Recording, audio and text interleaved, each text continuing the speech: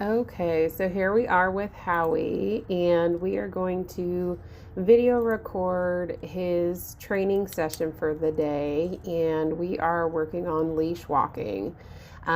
He is doing really well with this, super pleased with this puppy. You know, how quickly he's come along in really a short amount of time for the amount of things that, we're teaching him concepts of.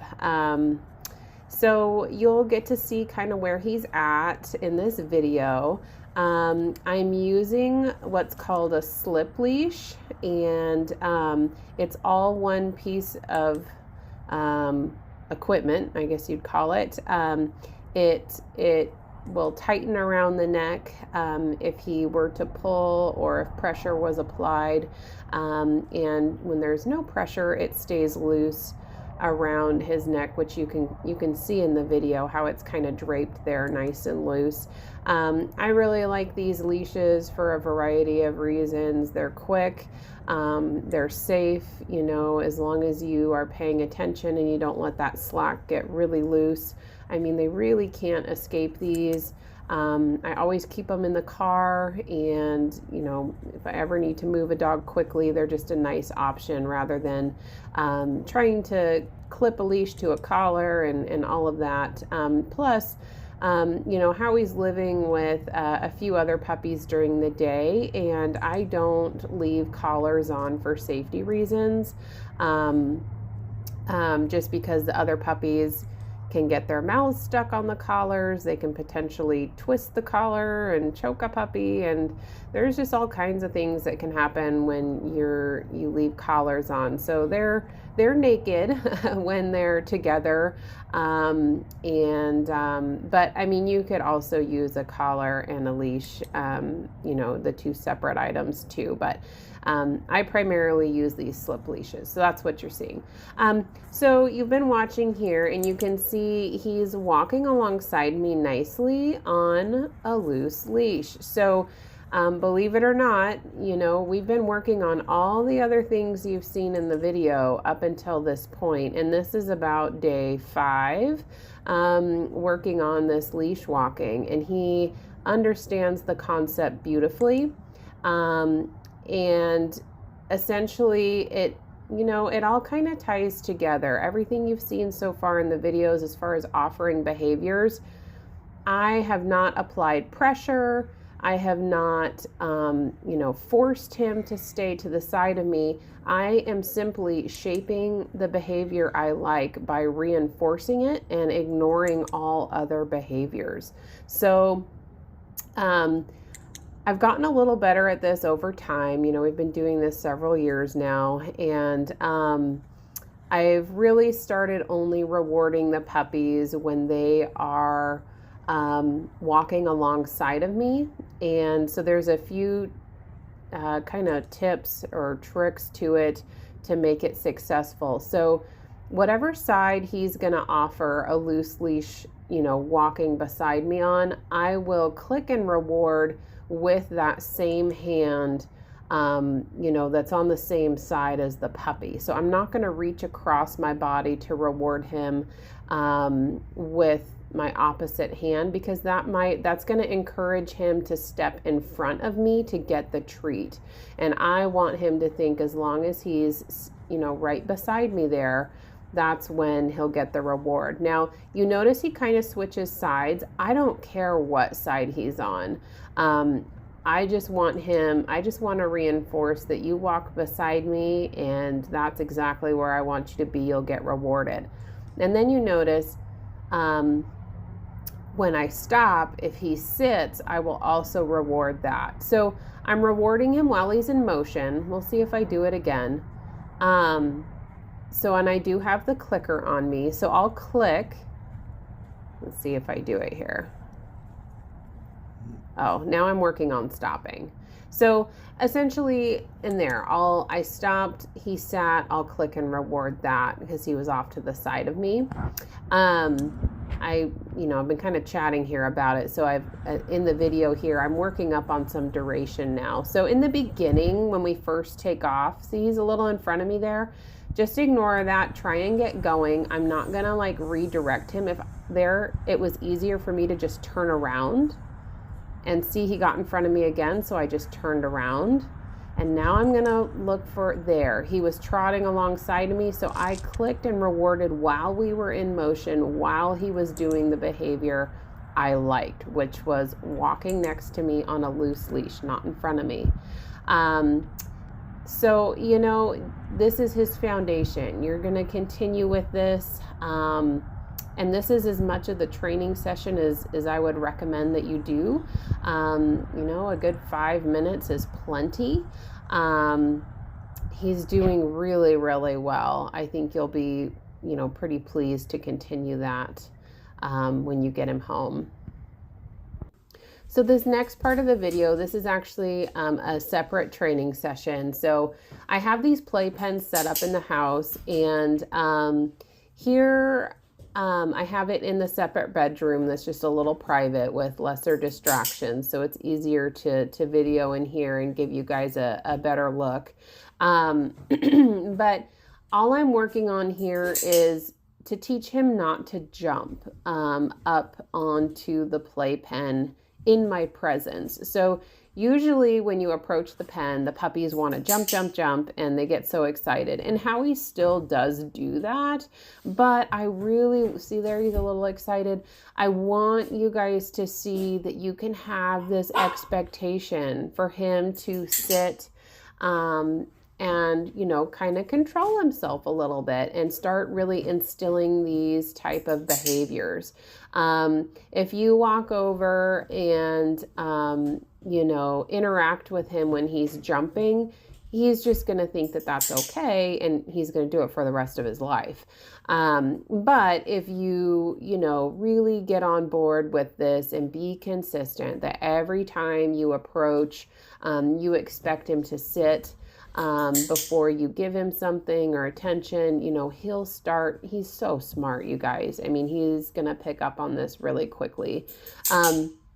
So another tip with this, you notice when he is sitting, I'm clicking.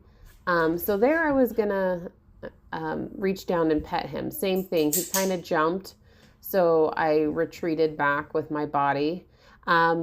But what I was going to say is, you notice I'm not hand delivering him the treat in this case. So it's just kind of like the box game, self-loading into the crate, just getting him to associate keeping his feet on the ground. He's going to be more likely to do that if he's searching for the treat on the ground versus trying to grab it from your hands, because your hands are going to be up above him in most cases like this. And so that may encourage him to get excited and jump to get the treat, which is, not what we are, trying to encourage here. So I'm clicking and dropping the treats on the ground.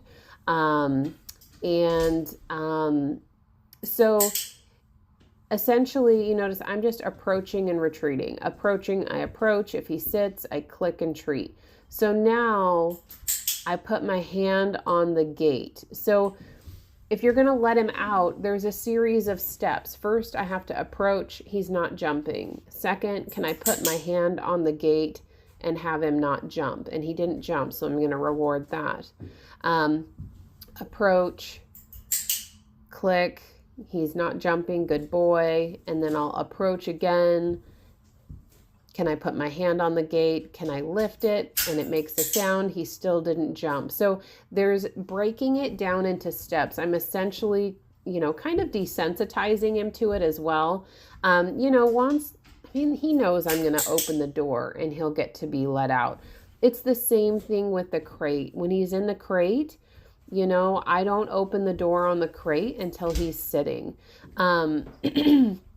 So this is just really, I just hope this gives you guys, an idea on how break things down. So there I was able to do the whole thing. I was able to approach, put my hand on the door handle, lift the door handle, and then open the door without him jumping and rushing the door. And that's exactly, what we want. You do the same thing going in and out of the door of your house. Can you approach the door without him jumping? Can you then approach the door and put your hand on the door handle without him jumping? And then, or whatever it may be, So just realize that, you can have these expectations. And if you can be consistent and continue with this, through his adolescence, it's just going to be an ingrained behavior to be, nice and polite. And this puppy is a spunky boy. He is so fun. He's a lot like his dam. He's super smart. I mean, he catches on so quickly. And he wants to do the right thing.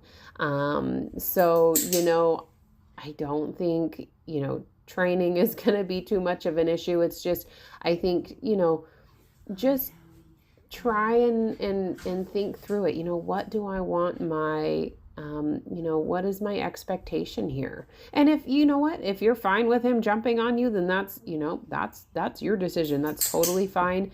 I just want you to see, what is possible, with just simple things like this. So now I'm going to demonstrate. So now you can see he's a little more excited. So same thing with the food bowl. Can I approach? You need to be sitting. And then can I put the bowl down without you jumping and knocking the bowl out of my hand? There's a little bit of kibble in there for him, a little bit of his breakfast.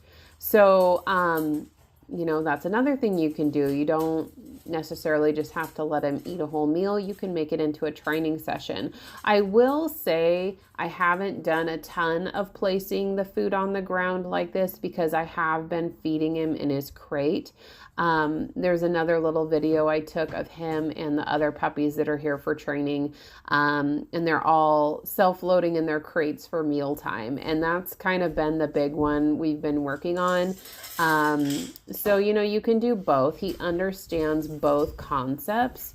But again, approach, he got excited. So I retreat and I just wait until he stays sitting and I put it on the ground. Eventually you can teach him to wait, and not eat the food as soon as you put it on the ground. But he's not quite ready for that just yet. But still, you can see he's still pretty polite about the whole process. So, yeah, he's doing really well. I'm really, really happy with this. And yep, we're just going to do it again. So the other thing I want to mention too, so I like these play pens. So you notice how the bars are just vertical. It does make it a little harder for the puppies to jump because there's no horizontal bars for them to kind of lean on. He's almost big enough now. He can get to the top. He could probably put his paws on the very top bar. But some of the other, more portable play pens. I mean, this one's pretty portable, but kind of some of the lighter weight ones that have the vertical and horizontal bars, those puppies will lean on that all day. They work just fine. You can teach the same thing, but because it's much easier for them to lean on it with those horizontal bars, you're just going to have to wait a little longer until they find the right answer. Because see how he's trying to put his paws on the bars and he just kind of falls down? That's kind of what I'm talking about. So if you're interested, I can get you the link to this playpen. It might last you a little while longer. I think they actually came out with a taller one as well, which might be a better option if you were looking for something to last a little bit longer as he's growing, so he can't reach that top bar. But yeah, he's doing so good, you guys. I can't wait for you to meet him here pretty soon. And please let me know if you have any questions. And we will be seeing you very soon. Thanks so much.